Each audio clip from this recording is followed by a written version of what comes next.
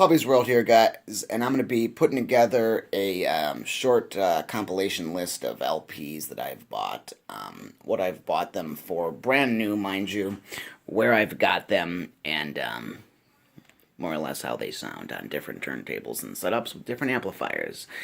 Mind you, I'm going to be bringing the SVS Prime Tower speakers on in here.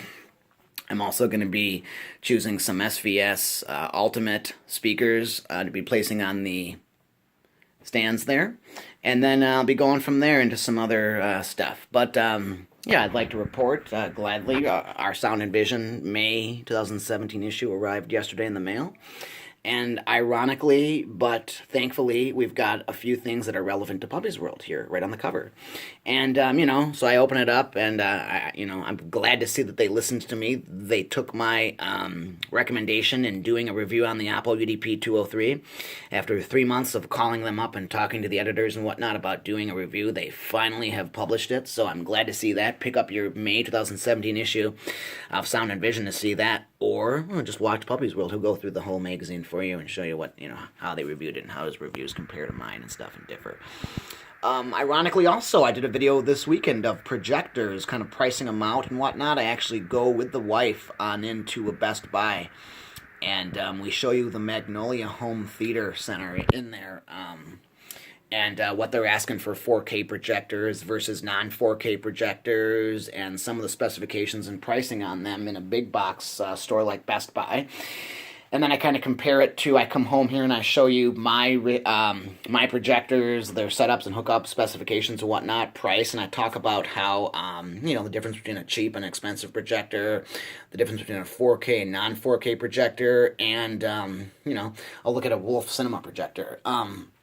Also, very, very glad to see that the Marantz sr7011 is on here. So, at some point, we'll be pairing up the Marantz sr7010 with the sr7011 to go ahead and compare and contrast the two, power output, wattage, and whatnot, capability, total harmonic distortion values and whatnot, and, capabilities of passing through 4K and upconverting and all that. So, I'm really glad that arrived. The sr7011 should be able to do a lot of new stuff for us. As of course, it should be able to pass through the original Dolby Atmos, DTSX, and all that. Help me out, guys, a little bit, because I'm thinking about making a few different 4K Blu-ray or, Blu-ray player purchases. One of them being the Sony. So let's see here. I was thinking about making a few different purchases and whatnot, but if we go on into my cart and take a peek at what I am buying, well, it's the Sony UBP X800, and it's temporarily out of stock now, but at that price, guys, I will be picking it up and doing a full comparison review on it and whatnot. We'll be checking out this guy and looking how he compares. Also, K8500, yes, should be less than $200 now, yes. So, that's Amazon's choice. Guys, I am 100% certain on it. It will not do the Atmos and DTSX, as it kind of advertises right there, 7.1 Dolby True HD DTS HD Master Audio.